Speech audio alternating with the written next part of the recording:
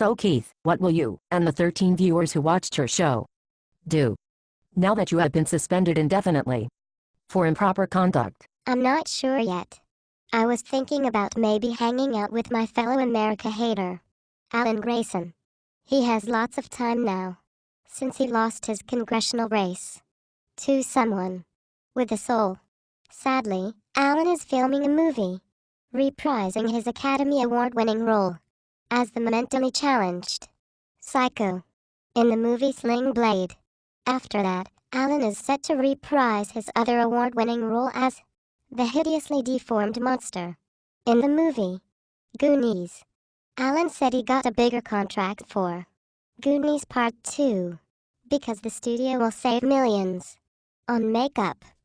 I couldn't help but notice your gigantic head and your freakish, pear-shaped body. Were you born that way? Or was your brain replaced with too much helium? Very funny, Sarah. My head is actually larger than most. Because, unlike most men, I only have one head. God left me hung like a Ken doll. Down there. If you know what I mean.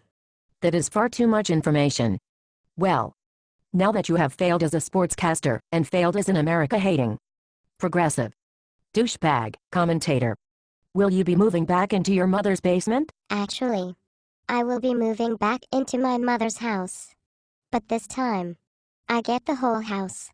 Because my mother recently faced an Obamacare death panel. I am sorry to hear that. I tried to warn America about the rationing that will be taking place under Barry Care. But you empty-headed progressives were too busy worshiping your Chicago Jesus to see the truth. It's okay, my mother had almost reached the point of no real value under Dr. Ezekiel Emanuel's complete life system. It was her patriotic duty. You progressives really creep me out. Thank God we won so big on November 2nd. The Tea Party quite literally saved this country from the cesspool that you and the community organizer-in-chief wanted it to be. Sarah, you don't get it. There is no real value in the individual. The only true value is in the collective. This is what Uncle Georgie teaches us at our goddamn America weekly meetings. No, you don't get it. This country was built upon the principles of our Constitution, which calls for limited government and embraces the spirit of the individual. Collectivism is a failed ideology promoted by creepy old guys with dirty beards like Karl Marx. Listen, Sarah, I just need a job.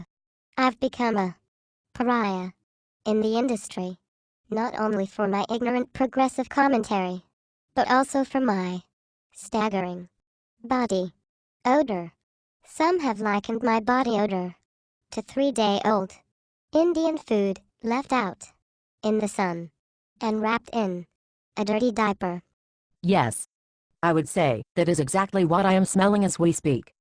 Well, you could start a new website. I'm sure that there are a lot of ignorant progressive trolls who would visit your site. May I suggest www.douchebag.com? Or how about www.slightlyusedblowupdolls.com? Those are some great suggestions. However, I am writing an autobiography, which I hope to sell for big bucks on all the communist websites. I have spent many months painstakingly detailing every part of my long and industrious career and my personal life.